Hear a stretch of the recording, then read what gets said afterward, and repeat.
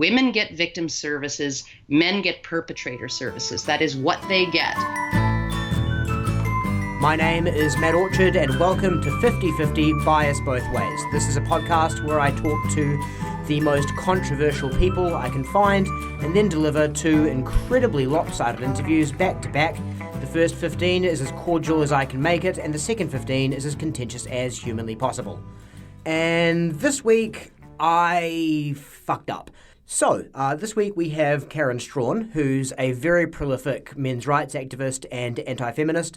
If you're not familiar with Karen and you want to get caught up, I recommend starting with a debate she did at the New Hampshire Liberty Forum with Naomi Wolf. It's a lot of fun.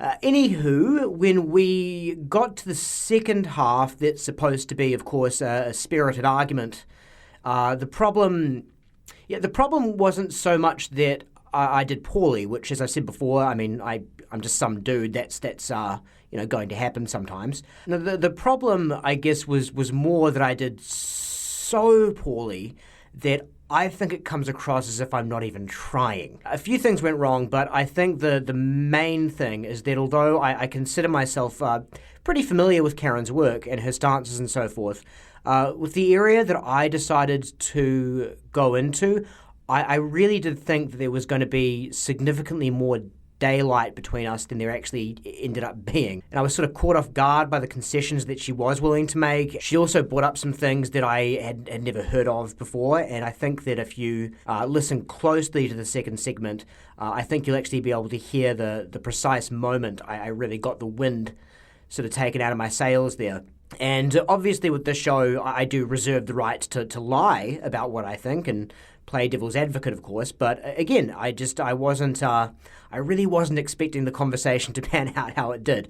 And all of this is not to say that it's not an interesting chat. Karen's certainly never boring, but I don't think it really lives up to the premise of the podcast. And to that end, Karen has offered to go a second round, which I do plan on taking her up on.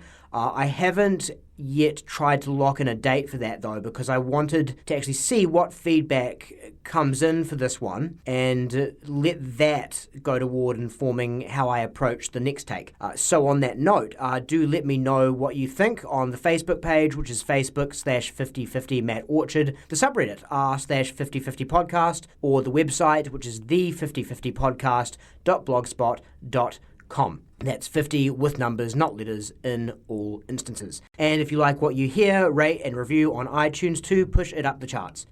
In 2011, waitress, blogger, forum dweller, and mother of three, Karen Strawn decided to branch out into video blogging. She sat in her kitchen, recorded a 15-minute video, and uploaded it to YouTube with the title Feminism and the Disposable Male. That video now has 1.5 million views and her channel over 175,000 subscribers. She's very good at what she does. Without further ado, Karen Strawn. I'm joined by Karen Strawn. Karen, thank you so much for joining. Oh, no, thank you for having me. You're more than welcome. And Karen, I'm sorry, I know that I'm probably starting this question with a question you get in at least 78% of your interviews, but could you tell us quickly about how you came to be a men's rights activist / anti-feminist, although I know it's not necessarily in that order? Okay, well, the men's rights thing, that was, I stumbled across a men's website by accident. I'm just going to be very, very brief. Yeah. And I read a lot of their stuff, and it all made sense. And as somebody who has family members who have kind of been put through a legal ringer, I've had men who've experienced all kinds of these types of things in my life.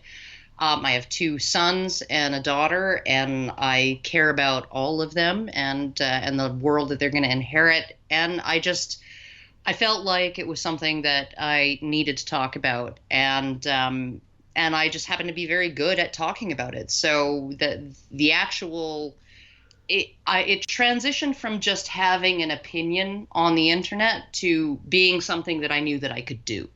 Yeah. And make a difference. So that was the men's rights thing. The anti-feminist thing, the reason that I'm an anti-feminist is because they lie and they misrepresent things, and they tell very, very pretty lies, very lies that are very, very easy to believe. that kind of go along with our instincts. And I want to expose that so that their misrepresentations of what's really going on no longer affect public policy and no longer affect legislation. So I'm sort of aiming for everybody treated equally under the law, everybody treated as equally as possible within broader society. And I don't think feminism is the way to do that. I think that it's actually contributing in the opposite direction in a lot of ways. So that's the quick and dirty of my my decision and how I came to do this. So, would you describe yourself as maybe egalitarian?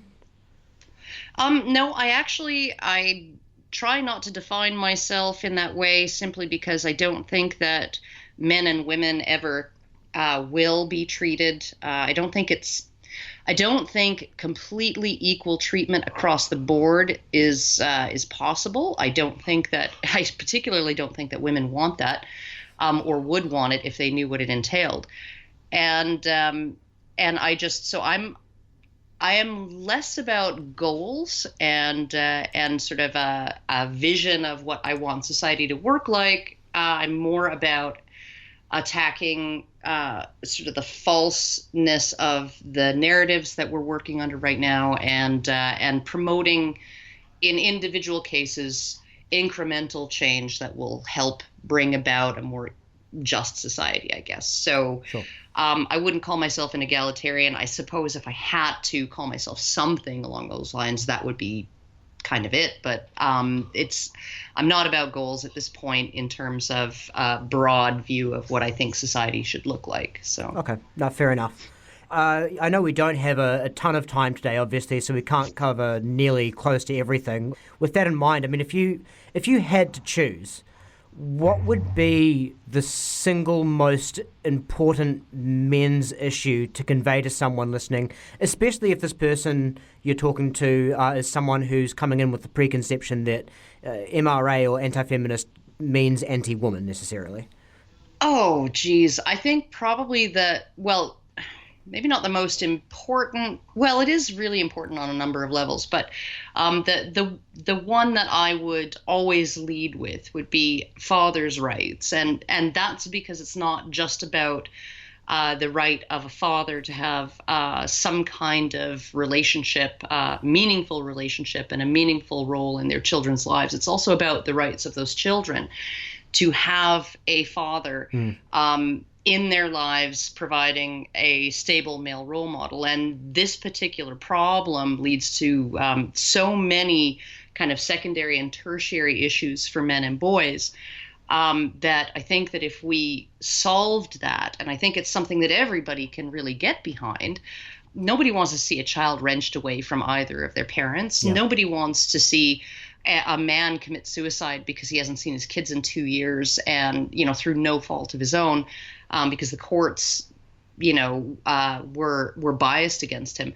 So you essentially have, and most people I think most people know a man who has been treated unfairly in family court or in divorce court. And so and the fallout in terms of outcomes for children, not just boys, but in particular for boys, is extremely, like you look at a 2 to 32 times higher risk of being a runaway, being in a juvenile detention facility, ending up involved in gangs or crime, doing drugs, drinking alcohol, abusing alcohol. All of these things, higher risk of suicide, a higher risk of becoming a teen parent, a higher risk of dropping out of school, or of never attending college, being kicked out of school. All of these things are the fallout from fatherlessness. And these are things that are impacting children. And I would hope that because of that, we would be able to look beyond our natural distrust of men in general. At least we have a distrust of men in general compared to what we feel about women, and look at the impacts on children of our policy decisions and our legal decisions in terms of custody and things like that, and really focus on trying to find holistic solutions and resolve a lot of these problems just by dealing with fathers' rights. So. And I think you're right that it is a really compelling issue for the men's rights movement in terms of something that resonates with a lot of people who aren't necessarily a part of that scene. I watched the Red Pill a couple of months ago, which I know you appeared in, and they say it had some absolute horror stories about what some men go through in family courts, and I mean, in some instances being extorted. I mean, it's a horror show. It can be. It absolutely can be. And we tend to. It's almost like the moment a woman says, I and my children are in danger from this man. We are so willing to take her word for that due process goes out the window. And what tends to happen in those cases is that it takes so long to resolve. If the man is innocent, he has done nothing wrong, it takes so long to resolve that the judge will say the children are now settled in their new situation. And to change that would actually be a disruption in their lives. And so we're going to keep things, in this way. We're going to keep the mom having sole custody, regardless of the fact that she lied, regardless of the fact we're not going to penalize her in any way, because then the children would suffer. And this man is still now doing supervised visitation once a month or something like that, even though he did nothing wrong. And even though he's been exonerated within the confines of the family court. And it's extremely difficult to actually get any penalties on women who deliberately abuse the process and deliberately abuse these protections, because a lot of what occurs in family court is privileged, so it cannot be transferred to another court. You can't charge a woman who lied to a family court judge of perjury in a criminal court, and you can't sue her in a civil court for her misstatements and her misrepresentation. So you're essentially stuck with this situation where the judge says, well, okay, these kids are comfortable now with just their mom, and maybe she spent a year poisoning their feelings and their attitude toward their father and telling them that he's a monster. And so it would be cruel to subject the children to more visitation with their dad. And so it really is this way for women to get an upper hand. Not all women do this, but because it is so easily done, and because family court lawyers will actually recommend to their clients, oftentimes their female clients, to go get a protection order, and then you'll have a leg up in the negotiations. You essentially have this sort of self-fulfilling prophecy of men who are ripped apart from their families, and then judges don't want to reunite these fathers with their children because it would upset the children now, because they're so used to the new normal, right? So, yeah, it's extremely difficult to uproot. If we're talking about some of the lack of due process in family courts and how unbalanced it can be toward men, it's probably a good transition to other issues in the wider court system, where in a lot of cases, I guess, men don't necessarily get due process when it comes to, because you're talking about accusations in family court. I mean, yes. I'll let you interpret that how you like, because there's actually quite a few different things you could talk about there, but I mean, what jumps out at you? Oh, well, I mean, due process right now in Canada is under extreme scrutiny as far as, do we really need it in specific cases. We just had Bill C-51 just passed its second reading in Parliament. It's gone to committee. It will be voted on and maybe adopted. And the proponents of this bill openly state that they are attempting. It will encode certain changes to sexual assault law in Canada.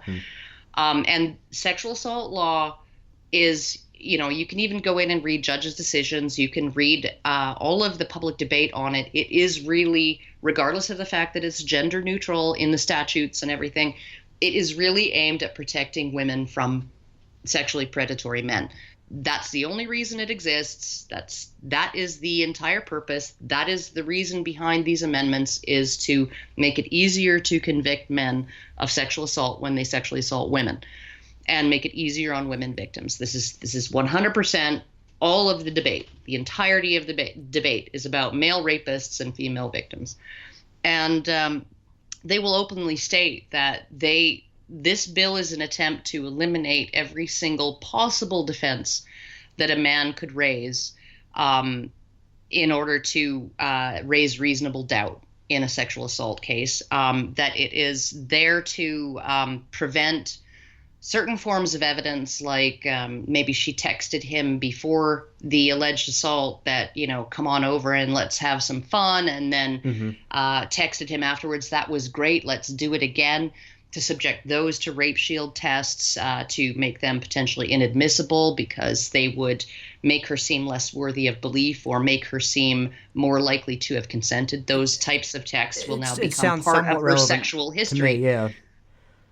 Right. So I mean, they're really trying to use statutory and procedural measures in order to roadblock a man from raising any kind of defense whatsoever. And so essentially, I mean, what they're aiming for is a 100% conviction rate in sexual assault cases, absolutely 100%. And they will bend the ideas of due process of law. They will bend the idea of being able to confront your accuser. They will twist the idea of probable cause and all of those things, the public interest, everything, in order to get there. Talking about it, you reminded me of the Jian Ghomeshi case, which I've seen you talk about before, and that was just one that if I hadn't seen your video or I hadn't seen, is it Catherine Butchard? Is that her name? I'm not.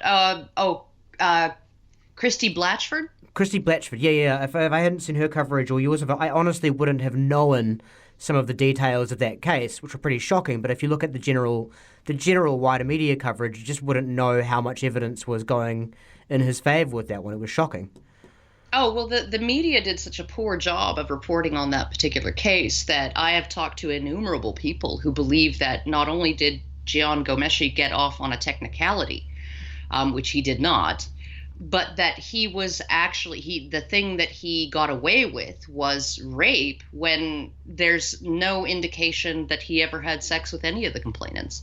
Yes, it was a sexual assault trial, but he never actually had sexual intercourse, what anybody would consider to be rape, with any of the complainants. And so this is the impression that the public has because the reporting on that trial was so absolutely shoddy. And you actually have to go in and you have to read the transcripts, the hundreds of pages of testimony and the judge's decision in full and all of these things, the closing arguments of both sides, in order to actually get a real view of why he was acquitted.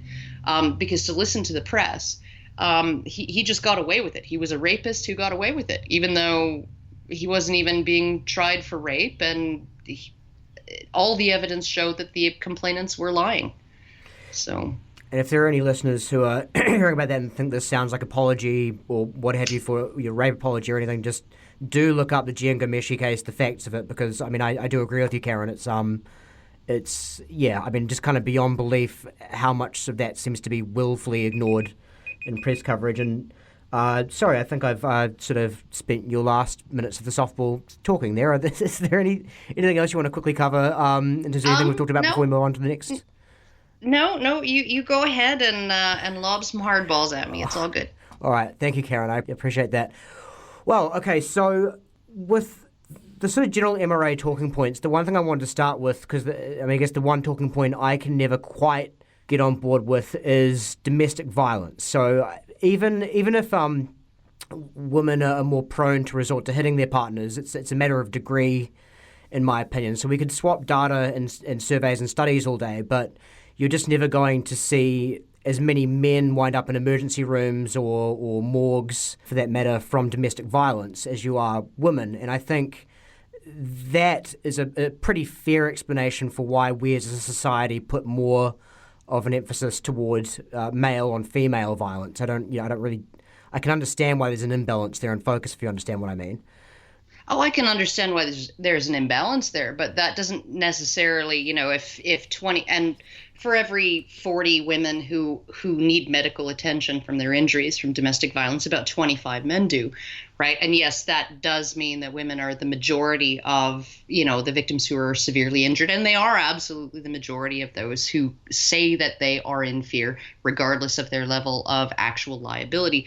Women are more likely to be afraid of just about anything than men are. And that's not necessarily indicative of, like I said, their level of actual liability, their level of actual risk. But it does not, that disparity does not justify, and it cannot justify, a 100% allocation of resources to female victims and male perpetrators. It cannot justify that the only services available to men are batterer treatment programs, and all of the battered domestic violence shelters and services for victims go to female victims, and that even including 14-year-old boys whose mothers have to find other arrangements for them because they're not allowed to bring them into the shelter when their husbands are abusive. I mean, sorry. Sorry, did you say that if a woman flees to a women's refuge shelter with her children, the boys aren't allowed in? What are you saying there? In many cases in the UK and Canada, boys over a certain age will not be allowed into the shelter. What kind of age are we talking?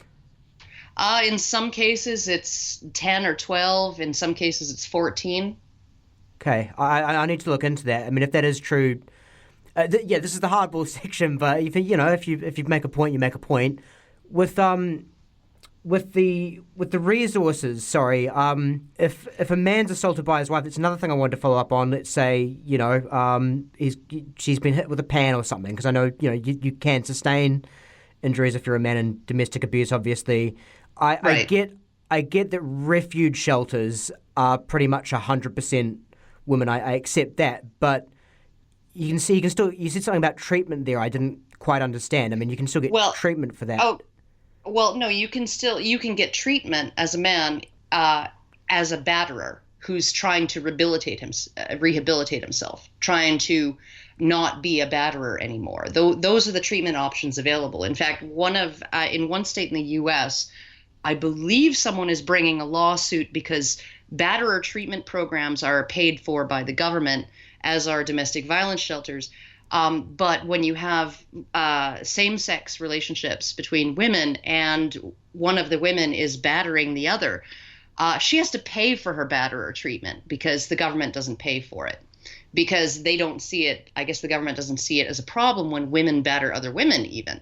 So, there is a bifurcated allocation of resources between men and women. Women get victim services, men get perpetrator services. That is what they get. In some states, there has been some progress made at the hands of men's rights groups. In California, for instance, now since Mark Angelucci's NCFM, National Coalition for Men lawsuit against the California network of battered women's shelters, now domestic violence shelters who, when men seek help there, they have to provide them some referral services to legal assistance, and they have to provide them with hotel vouchers. And when you're talking about a situation, let's picture a situation between a man and a woman, and they have children, and the woman is the violent party and the man is nonviolent. Okay, what are his options? Okay, he calls the police. Well, there's all kinds of research indicating that he's more likely to be arrested than helped in that situation. He's more likely to be removed from the home, even if it's just for one night, than the woman is.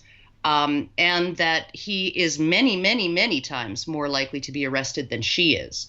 So you have her acting out violently. You have him, if he calls police for help, he is most likely to be removed from the home.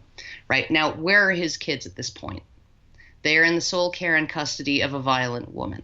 Okay, so what are his options realistically? And it's not necessarily about providing him with a free place to stay or whatever. What are his options when he decides to leave that relationship, right? He's decided he has had enough of the abuse. Does he leave his children in the sole care and custody of a violent woman? Does he take his children with him? Okay, at which point he is guilty in the de facto sense of custodial interference and kidnapping, because there is no one in government who is in a position to legitimate his decision to remove his children from that environment. Not the police, not a domestic violence shelter, not a referral service, not a hotline, nothing. Okay, not an agency, nothing. Nobody who has been gifted authority by the government to legitimate his decision to remove his children from that environment. Or does he stay and act as a human shield between this violent woman and his children? Those are his three choices.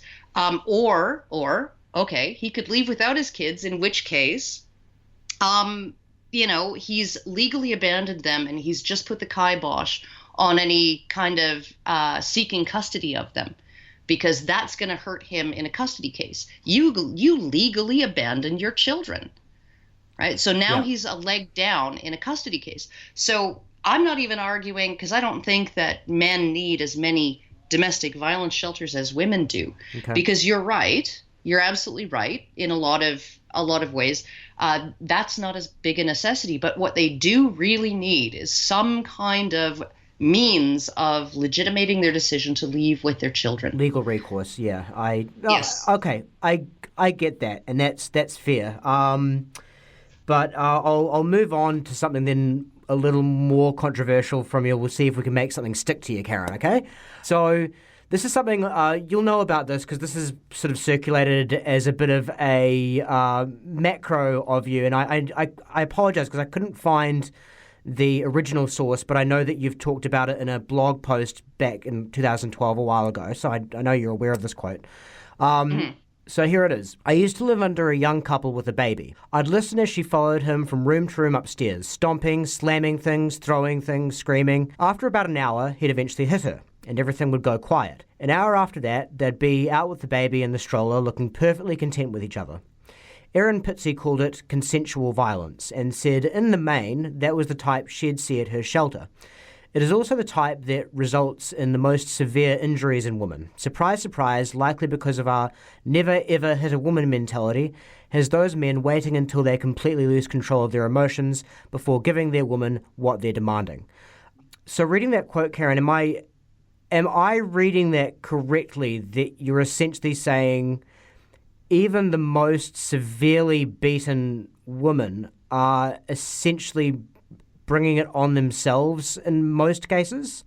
No, because in that particular case, if you look at my recounting of that particular case, she was actually being horrifically violent with him. And from the noises, she wasn't throwing small things. She wasn't throwing boxes of Kleenexes at him. And he would hit her one time. That is a severely violent woman, right? Who was hit once. She was not brutally beaten. She wasn't beaten up. She wasn't, and she was not living in fear of him. None of my interactions with them, none of my observations of them ever gave me the slightest inclination, the slightest hint that she was scared of him. If anything, he was scared of her. And if, going by my memory, which I didn't include in that comment because I was writing I was in a rush, and I was in what I perceived to be a friendly space. Okay, yep. Where people would interpret my comment charitably. Basically, what she would do is he would be walking from room to room, closing the door, begging her through the door, please just stop. Let's talk about this later. Let's deal with this later. And she would not. He was repeatedly trying to leave the situation, but they have a small baby, right? So is he going to leave the house? No. No. Okay. No, I understand that situation, and I'll give you leeway here as well, because as you say, if you're writing on a forum or whatever and it's quick, maybe you didn't write it, as you say, perfectly. But you said just at the start of that when you were explaining, and I think that's a fair clarification from you there in regards to that specific anecdote. But you said that you were talking about this woman throwing things at him, being extremely violent and everything. When I asked if you were essentially saying that most beaten women are bringing it on themselves, the reason I'm asking that is that after you give the anecdote, you do then broaden out that anecdote to talk about how the type of interest. It does say that when men are trained to never hit, right? Okay, so if we're going to look at things in an honest way and say what this woman needed or wanted from him was for him to put his foot down, right? Not to beg to talk about it later, not to beg her forgiveness, not to apologize for whatever tiny little thing he did wrong or whatever had sent her into this kind of rage, but to put his foot down and say, I'm not going to be treated this way, right? If he's waiting and waiting and waiting to do that, because it's never okay. It's not okay to yell at a woman. It's not okay to ever slap a woman. It's not okay to restrain a woman. It's not okay to take her by the shoulders and say, stop it. It's not okay to do anything, ever lay your hands on a woman, ever be mean to a woman, right? And boys are trained to do this from the time that they're very young. And, it's never okay to be mean to a girl. Now, once they get to the point where they can no longer contain all that, that is the point where they have lost control of their emotions. And that is the point where women are going to be the most hurt, because the man has lost control. He's lost self-control, right? If the only way he's ever going to actually put his foot down in that way, in a way that he's been programmed not to all his life, never be mean, never put your hands on her, never, nothing. Don't even defend yourself. It's not okay, right? If the only time he's going to do that is when he's completely lost control of himself, well, then he's completely lost control of himself, and you're going to find more serious injuries. And surprise, surprise, that's what the data indicates, is that it's when men are hitting them back that women are most likely to be injured. So, I mean, are you saying that the sort of situation you're describing of being heavily provoked is the cause of most severe injuries? Not most severe injuries, but it is, you have a higher likelihood of severe injury in those cases. And it may sound counterintuitive, but that domestic violence that we see in movies and on the Lifetime channel and everything, movies like Sleeping with the Enemy and Enough, that sort of unilateral violence against a nonviolent partner, in both cases of a unilaterally violent female or male partner, in both cases, those are associated with the lowest risk of serious injury. It is when two people are beating on each other in whatever context that people in general, men and women, are most likely to be seriously injured. And unfortunately for women, because they initiate violence more often and because men are physically stronger, they're going to sustain the more serious injuries. Where does the stat that women initiate it more often come from, by the way? I mean, is that something that's universally found in studies, or is that... Well, there was different studies. They will vary. They will vary in the proportion and things like that. Most studies find relative gender symmetry. But the one that I go with for the most part these days is the Partner Abuse State of Knowledge Project, which is it's actually 17 different meta-analyses of 100 studies each that find that in unilaterally violent relationships, women are the aggressor 70% of the time. So in those cases of, one partner beating on the other for burning the toast, in 70% of those cases, that's going to be a woman beating on a man rather than the other way around. And that women initiate in reciprocally violent relationships, women initiate the violence 50 to 70% of the time. So you're looking at something, and this is, and like, I believe all of this is a problem. I mean, I believe that if you're a kid, if you're seeing, it doesn't really matter whether you're seeing mom beating on dad or dad beating on mom. What you're learning is that there's no security to be found from your parents, because there is always this knife edge of, is mom or dad going to be seriously hurt or killed or gone tomorrow? So there's no security for that child. And they are also learning that violence is the way to settle conflict, right? No matter who's beating on whom, right? So this is no way to exist as a child in this circumstance. And number two, to look at the entire problem as one caused by patriarchy and male patriarchal notions of masculinity and the subordination of women, when in so many of these cases you really have women who are not living in fear of their male partners. They're the ones initiating the violence. It's not self-defensive. In their own words, it's not self-defensive. They say they're lashing out because they feel like he's not listening, or he's not doing what they want them to, or they're jealous of the fact that he talked to that pretty cashier, or they want to control him, right, and control his behavior. And so they're expressing all the exact same reasons for being violent in mostly similar proportions that men do when they're violent with their partners. And so looking at it through this gendered lens, this feminist lens, is not doing anybody any good. It's not ending the violence. It's not ending the cycle of violence, the generational cycle of violence. It's not helping those kids. And all it's doing is imposing a certain set of parameters on men and a certain set of parameters on women based solely on their sex. Well, Karen, we're out of time for the format, but I've got to say honestly, I think I kind of fucked up. I just kind of got so interested in what you're talking about, I didn't really jump down your throat all that much. But if you wanna call me back sometime and hardball me again, I'm totally fine with that. Okay.